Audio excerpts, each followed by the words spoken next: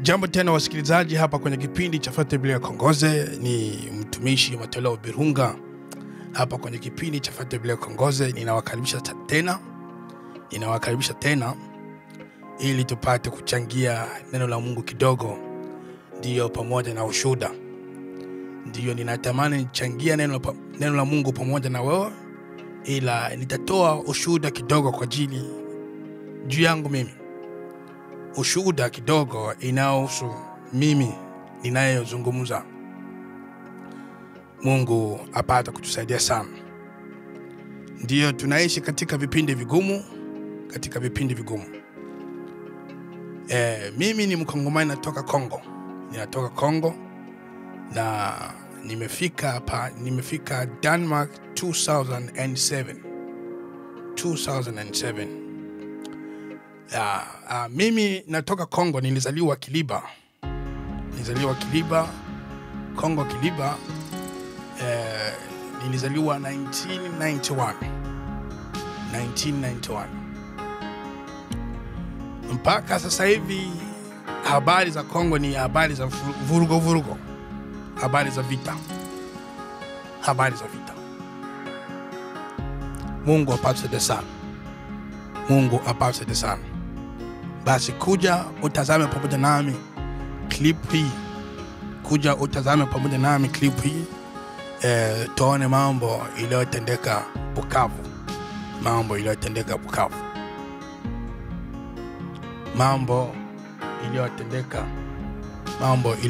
Bukavu.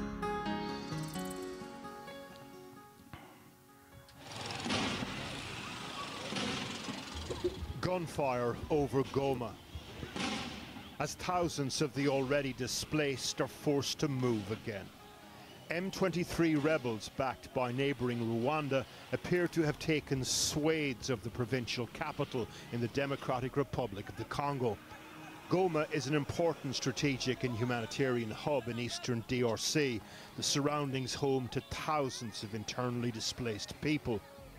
The fear that this is moving from de facto invasion to all-out war.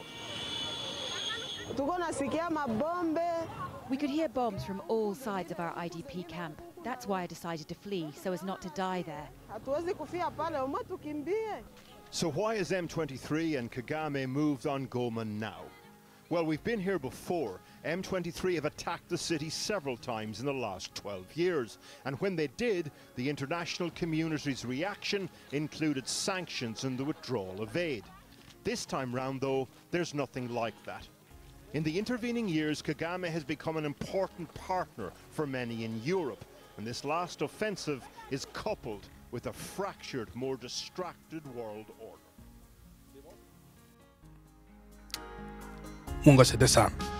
Kwa mfano, kutokana na picha hii umeshaiona. Picha hii unaiona sasa hivi. Mungu asaidie. Mungu apate sana. Unaona huyu mama akikimbia na watoto wake. Hii ni picha inanikumbusha gisi nilivyokimbia na mamangu mkononi mwangu. Namshukuru mama, Mungu apate kubariki sana. Ninakumbuka wakati tulikuwa tunakimbia vita. Huku na huku unasikia mabombe, huku unasikia mabombe. Mungu asante sana.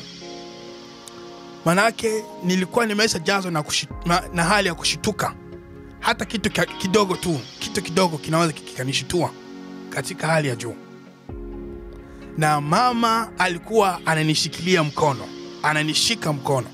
Mama alikuwa ananishika mkono kabisa. Manake anahakikisha kwamba kama nitashituka nisijikute niko mbali na yeye.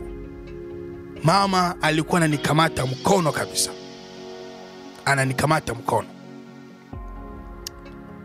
Mungu asifiwe sana. Mungu asifiwe sana. kama gisi huyo mama alivyokamata watoto wake mkono. Hii ni huzuni. Hii ni huzuni. Hii picha inanikumbusha maisha yangu mimi, mahali nilipotoka, vita nilivyopita. Mama akishika mkono wangu,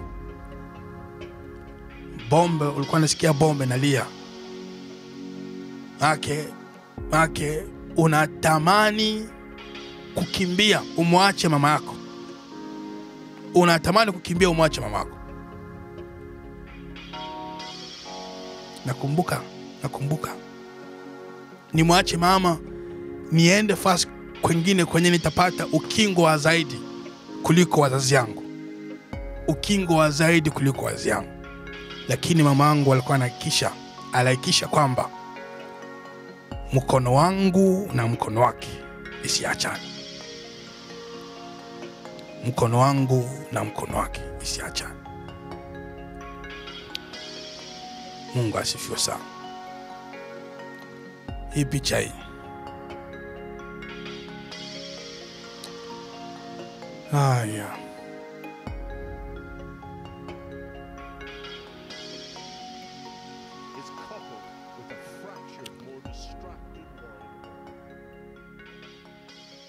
Mungu apate kusamehe.